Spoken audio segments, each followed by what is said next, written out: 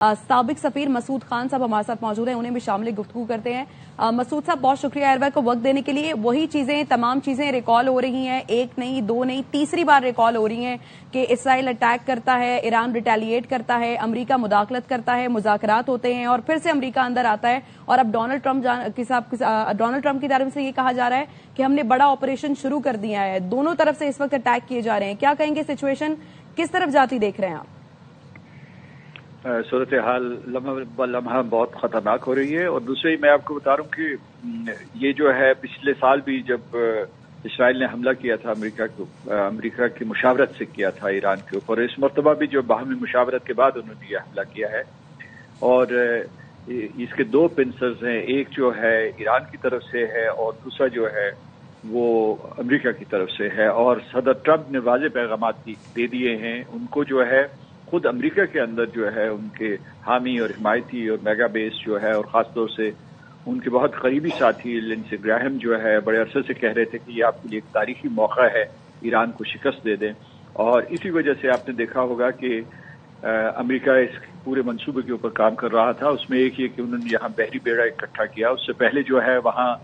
Iran में मुजाहरे हुए थे और अमेरिका और इसराइल की कोशिश थी कि वहाँ निज़ाम हुकूमत और निज़ाम क़यादत को तब्दील कर दिया जाए, और उसके लिए वहाँ एक कोई उनकी अमेरिका नवाज या इसराइल दोस्त हुकूमत को वहाँ इंस्टॉल किया जाए। तो वो सारी जो चीज़ें हैं उन्होंने इस्तेमाल की हैं। उसके बाद जो है ईरान के ऊपर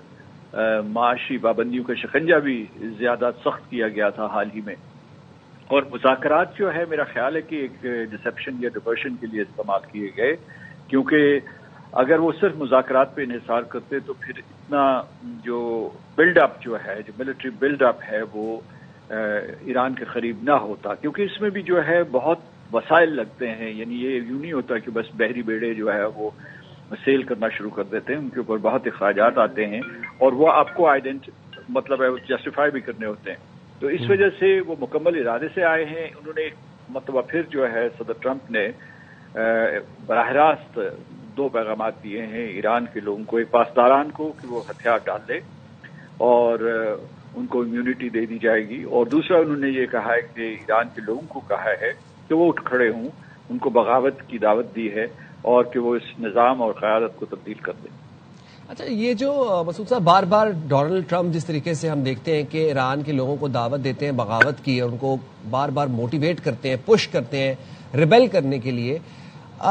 एक प्राइमरी रीजन आपको ये भी अहदाफ नजर आता है इस तमाम तर कार्रवाई का जो इसराइल ने हमला किया ईरान के ऊपर, कि they want an immediate regime change in Iran? देखिए, जब तक कि अगर ये जंग छिड़ गई है तो वो फौरी तौर पर तो नहीं हो सकता। अगरचे आपको पता है इस किस्म के बहुत से सबूत आपको मिले हैं, इस किस्म बहुत से बयानात आए हैं कि जो गुज़श्ता मरतबा जो मुजाहरे हुए थे उसमें इसराइली एजेंट, मोसाद के एजेंट वहाँ मौजूद थे, और उसके बाद अमेरिका के भी वहाँ लोगों के साथ राब्ते मौजूद थे। तो इसलिए ये है कि ये कोई पिछली मरतबा भी जो है सदर ट्रंप ने जो है ईरान के अवाम को बराह रास्त मुखातिब किया था और उनका कि ये मौका आ गया, आप उठें। इस मरतबा उन्होंने दोबारा दोहराया कि किसी अमेरिकी सदर ने इस तरीके से आपको ये एक किस्म का तारीखी मौका नहीं दिया होगा कि आप अपनी हुकूमत को तब्दील करें, क्योंकि वो जो है उन्होंने जिस तरीके से कहा है कि ये जो ईरान की हुकूमत है वो किस तरीके से जो है अपने लोगों के ऊपर जुल्म सितम कर रही है बकौल अमेरिका के सदर के। तो इसलिए ये है कि अच्छा, इसकी जो क्या बैनुल अक़वामी कानून इजाज़त देता है या नहीं, तो या क्या अक़वाम मुत्तहिदा की ये दायरा कार में है, तो मैं इसके सिलसिले में सिर्फ इतना तबसरा करूंगा कि इस वक्त जो है बैनुल अक़वामी निज़ाम के चीथड़े उड़ चुके हैं, और इस वक्त जो है जो सफारती रास्ता था वो तर्क किया जा चुका है, और जो है सिर्फ और सिर्फ जो है अमेरिका ने एक ऐलान जंग किया है 2003 के बाद। ये पहली मरतबा वो इस पैमाने पे यहाँ इस खत्ते में आए हैं, क्योंकि उस वक्त जो है उन्होंने इराक के ऊपर हमला किया था। इस मरतबा जो है वो ईरान के ऊपर बाकायदा मुनज़्ज़म हमला है, और वो चाहते हैं कि किसी तरीके से ईरान की जो फौजी ताकत है उसको इस तरीके से डिग्रेड किया जाए कि वो उनके इलाकाई हलीफ जो हैं, खासतौर से जो खलीजी रियासतें, उनको किसी किस्म का कोई नुकसान न पहुंचा सकें, क्योंकि वहाँ अमरीकी अड्डे मौजूद हैं। तो ये बदलती हुई सूरत हाल है। देखिए आगे क्या होता है आने वाले। ये पाकिस्तान के लिए इंतहाई तशवीशनाक, क्योंकि हमारे अमेरिका के साथ बहुत गहरे ताल्लुकात اور ایران ہمارا ہمسایہ ملک بھی ہے اور اس کے ساتھ ہمارے تاریخی، مذہبی اور ثقافتی روابط ہیں۔ تو مسعود صاحب یہ کہیے گا یہ جنگ کتنے عرصے تک چلے گی؟ آپ سمجھتے ہیں یہ جنگ لمبی ہی چلے گی، اور اگر چلتی ہے تو جیت کس کی ہوتی ہے؟ اگر ہم خطے کی بات کریں تو دنیا اور خطے پر اس کے کیا اثرات مرتب ہوں گے؟ میں نہیں سمجھتا کہ ایران اور امریکہ اور اسرائیل جب آپ دونوں کو ملائیں تو وہ عسکری اعتبار سے ہم پلہ ہیں، یعنی ایران جو ہے وہ ڈیوڈ اینڈ گولایت کا فارمولا استعمال کر سکتا ہے، جو ڈیوڈ نے گولایت کو ہرایا تھا، تو یہ اس وقت جو ہے، لیکن اگر آپ ویسے دیکھیں کہ اگر صحیح فوجی مقابلہ ہوتا اس میں امریکہ اور اسرائیل کی برتری کا امکان ہے، اور اگر حاوی ہو جاتے ہیں تو اس صورت میں تو جنگ جو ہے مختصر ہوگی۔ لیکن اگر کوئی ایک اور وہ غلطی کرتے ہیں کہ کچھ اپنے فوجیوں کو وہاں اندر بھیج دیتے ہیں، وہ کہتے ہیں کہ جی فوجی نہیں بھیجیں گے، کیونکہ صدر ٹرمپ نے یہ بھی اشارہ کیا ہے کہ ان کے جو فوجی ہیں جو متعین ہیں اس علاقے میں، ان کو شاید قربانی بھی دینی پڑے گی، ان کا حوصلہ بڑھانے کے لیے بھی کہا ہے، اور ویسے امریکیوں کے سامنے بھی وہ جواب دے ہیں، کیونکہ وہاں امریکہ بھی یہ سوال اٹھ رہا ہے کہ اسرائیل کے کہنے کے اوپر وہ بار بار اس خطے میں کیوں امریکہ کی افواج کو حملہ آور کرتے ہیں جس میں قیمتی جانیں ضائع ہوتی ہیں۔ تو اگر تو یہ امریکہ کو بہت جلد فتح نصیب ہو گئی تو یہ جنگ مختصر ہوگی، لیکن اگر جو ہے یہ جنگ طوالت اختیار کر گئی تو اس کی طوالت کا کچھ اندازہ نہیں ہو سکتا، کیونکہ جو آپ کو جو عراق کی جنگ تھی وہ کئی برسوں تک جاری رہی، اور اس کی وجہ سے پورے کا پورا خطہ ٹوٹ پھوٹ گیا تھا، مطلب عراق ٹوٹا پھوٹا، اس کے بعد جو ہے اس میں اسرائیل میں نہیں، معاف کیجیے گا، شام میں خانہ جنگی شروع ہو گئی تھی۔ تو اسی طریقے سے ایک منصوبہ تو یہ ہے کہ یہاں ایک نیٹ اینڈ کلین ریپلیسمنٹ کر دی جائے، کہ یعنی امریکہ کے جو منصوبہ کار ہیں ان کی طرف سے کہ کسی طریقے سے ایسے کہ اس نظام کو تبدیل کر کے دوسرے نظام کو لے آئے، لیکن اگر وہ ایک اسرائیل جو ہے اس کا یہ بھی منصوبہ ہوتا ہے کہ یہ کسی طاقتور مسلمان ملک کو حصوں بخروں میں تقسیم کر دیا جائے تو اور اس میں سول وار ہو جائے، اگر وہ صورتحال ہے تو پاکستان کے لیے اور بھی تشویشناک ہوگی۔ بہت شکریہ سر، آپ نے ایئر نیوز کے لیے وقت نکالا، شامل گفتگو کرے تھے سابق سیکرٹری خارجہ اعزاز چودھری صاحب۔ بہت شکریہ اعزاز صاحب، آپ نے ایئر نیوز کے لیے وقت نکالا۔ سر، اسرائیل جارحیت کرتا ہے، حملہ کرتا ہے ایران پہ، عمران اس کے بعد ریٹیلیٹ کرتا ہے، اور اسرائیل بھر میں اس کے بعد پھر ہم دیکھتے ہیں سائرن بج اٹھتے ہیں جب ایران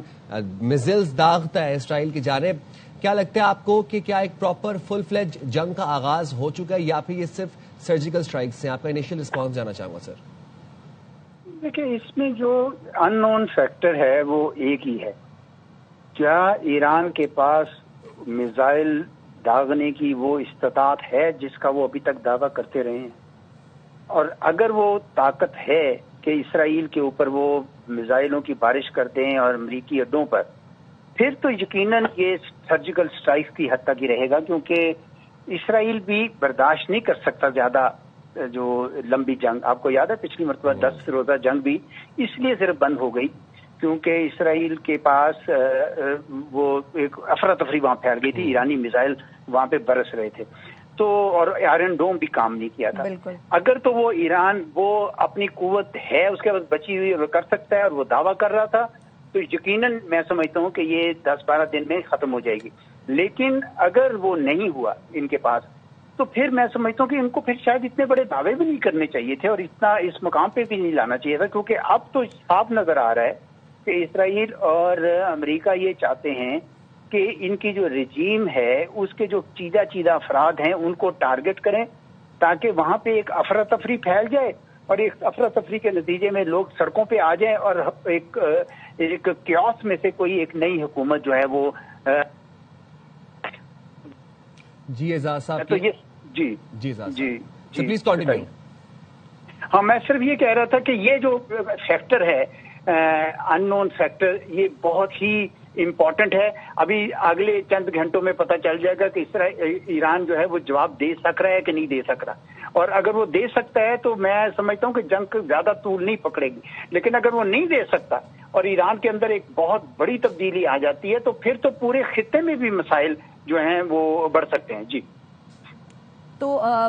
یہ کہیے گا اعزاز صاحب، پہلے تو ہم نے دیکھا کہ امریکہ نے सालिसी का भी किरदार अदा किया। और डोनाल्ड ट्रंप साहब, आप ये कह सकते हैं कि यकीनन डोनाल्ड ट्रंप को आप प्रिडिक्ट नहीं कर सकते, पहले वो क्या बयान दे रहे थे, अब किस तरीके से आके उन्होंने गुफ्तगू की और बोला कि हम बड़ा ऑपरेशन करने जा रहे हैं, हम उनकी बहरिया को खत्म करने जा रहे हैं। तो सूरत हाल अगर यही रहती है तो पहले तो अमेरिका ने किरदार अदा किया, अब हम किन ममालिक की तरफ देख सकते हैं कि सिचुएशन को थोड़ा हैंडल कर लें? देखिए, कोई भी मुल्क ईरान की मदद को नहीं आ सकता। मैं आपको बताऊं, ईरान एक लिहाज से, सिफारती लिहाज से उनका कोई ऐसा दोस्त नहीं है जो उसके लिए उठ खड़ा हो। ठीक है ना, जिस तरह पाकिस्तान भारत की जंग हुई थी तो चीन के साथ हमें यकीन था कि चीन हमारे साथ खड़ा होगा, खुद जंग में ना आए लेकिन खड़ा होगा हमारे साथ। ईरान के साथ ऐसी सूरत हाल बदकिस्मती से नहीं है, तो ईरान को अपनी ये जंग जो है वो खुद लड़नी पड़ेगी। तो देखते हैं कि वो इसमें वो इसके पास इस्तात है ये लड़ने के लिए कि नहीं है। तो और अगर वो नहीं है तो बड़ी ही अफसोसनाक ये सूरत हाल हो जाएगी, क्योंकि ईरान में काफी तबाही फैलेगी और उनके लिए आगे जो है ना वो रजीम को अपने आप को बचाना मुश्किल होगा, क्योंकि दो मुल्क इतने बड़े, एक तो अमेरिका है जो बहुत बड़ा मुल्क है, सबसे बड़ी मिलिट्री ताकत है, और दूसरी तरफ इसराइल है। दूसरा, आपने ये भी देखा होगा कि अमेरिका के अंदर भी चूंकि डोनाल्ड ट्रंप अपनी वो खो रहे हैं मकबूलियत, तो उन्होंने उसका सहारा देने के लिए और मिड टर्म इलेक्शन को ज़हन में रखते हुए वो कोशिश कर रहे हैं कि भाई मैं एक ऐसा प्रेसिडेंट साबित हूं जिसने एक बार फिर जंग करके अमेरिका के लिए कुछ हासिल किया है। तो वो अपने उनका सारे ईरान की तरफ से तो सारा कहते हैं कि ईरान ने टेररिज्म किया और ये किया, ये नहीं बताते कि जो उन्होंने 40 साल से सैंक्शंस लगाई हुई हैं उसकी वजह से ईरान के जो हालात खराब हुए उसमें भी तो उनका हाथ था, उन्होंने रजीम को चलने नहीं दिया। तो गोया हर मुल्क अपने लिए खुद जस्टिफाई करता है अपनी पोजीशन को। अमेरिका का सदर भी यही कोशिश कर रहा है कि अपनी अवाम जो है वो मुतमिन रहे और ये ताकत का इस्तेमाल जो है वो अमेरिका को परेशानी ना हो कहीं और से। बाकी जो ममालिक हैं यकीनन है कोशिश थोड़ी बहुत तो करेंगे, लेकिन उस तरीके से शायद कोई उनके साथ जंग में शरीक ना हो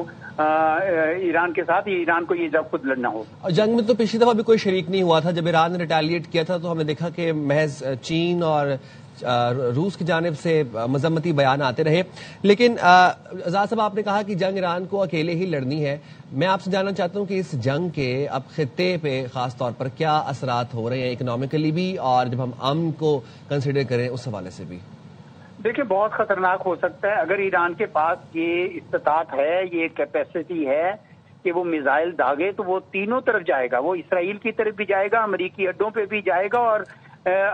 जो ये जो स्टेट ऑफ हॉर्मुज़ है इसको भी बंद करेगा। तो यकीनन फिर जब तेल की तरसील जो है वो डिसरप्ट होगी, एयर कम्युनिकेशन डिसरप्ट होंगी, तो एक इक्तिसादी लिहाज से बहुत बड़ा दबाव आ जाएगा।